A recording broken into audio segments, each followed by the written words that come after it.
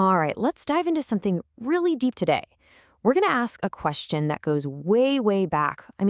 Before history, before any sacred texts, before we even had words for things.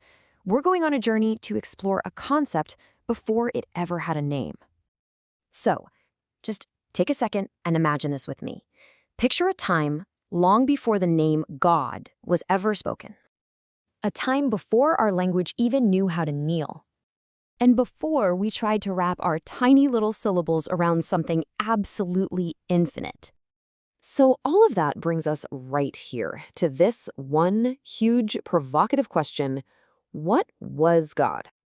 Okay, so our first section really gets to the heart of this whole thing. The title says it all, right? A question before names. The idea is simple. Experience always comes first. The words we use, well, they come much, much later.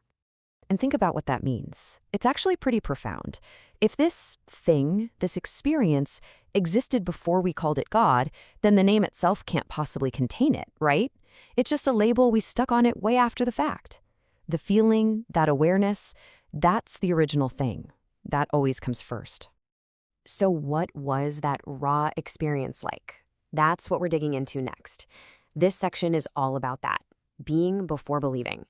We're talking about a time of just pure, unfiltered awareness, long before anyone tried to organize it into a system of belief. Try to put yourself in the shoes of the earliest humans. You're not encountering some person in the sky, not a deity with a name and a story. You're encountering the fundamental forces of life itself. Just the simple, undeniable reality of breath moving in your own lungs, the feeling of fire warming you on a cold night, the crazy mystery of dreams that just show up uninvited, or just looking up at a sky so vast you couldn't even begin to wrap your mind around it, let alone give it a name. This raw, direct encounter, well, that's what we might call spirit. And here's how the source material breaks it down. It's essence without a form, awareness without a boundary, intelligence without a body. But here's the really crucial part. It's not about having a spirit, like it's some object you possess. No, it's about a state of being spirit. Let's take the phrase I am. We hear it a lot, right?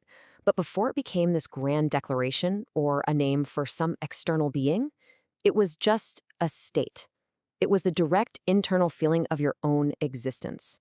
Not, I am a person, or I am smart, or anything like that. Just, I am. That's it. The pure awareness of just being. But, things changed. This simple state of being eventually hit a major turning point. And that brings us to our next section, when naming began, the great separation. This is where everything starts to shift in a big way. And you can see the shift so clearly when you put them side by side. Before the name, the feeling was internal, right? It was just a presence. Something is here. The state was being spirit. I am was just that feeling of existing. But then, after the name, our whole perception changes. Something is here turns into a definition. Okay, God is this thing. Being spirit turns into having a spirit, like it's something separate from you. And that pure state of I am becomes a sentence, a name we give to something out there. So here's the thing.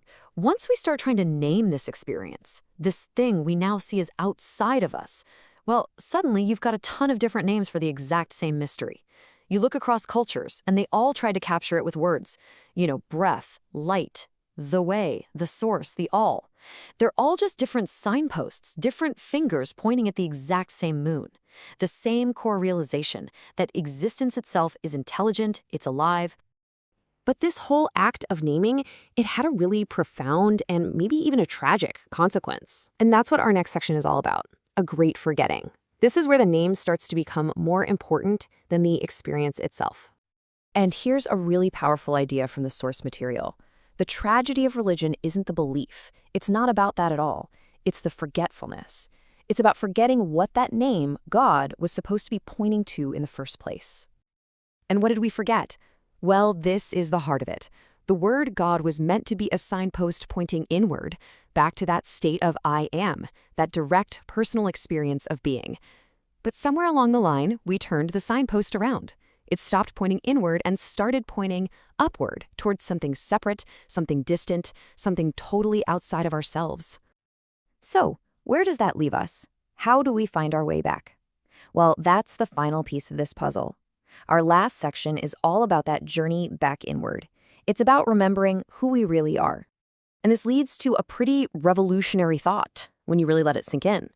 The name God didn't pop up because we discovered some new deity out there. No, the name began when we as a species forgot our own nature, when we forgot our inherent built-in connection to that universal awareness. So let's go back to that first question. What was God before the name? The answer is almost unsettlingly intimate. It was life, before we stuck labels on it. It was the awareness that's here, before we carved it up into separate identities. And this is the big one. It was you, before you ever learned to call yourself separate from it all. And so, I'll leave you with one final question to chew on.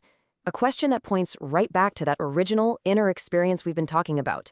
Just ask yourself, who is the thinker of your thoughts? Does that awareness, does it come from somewhere out there, or does it arise from within?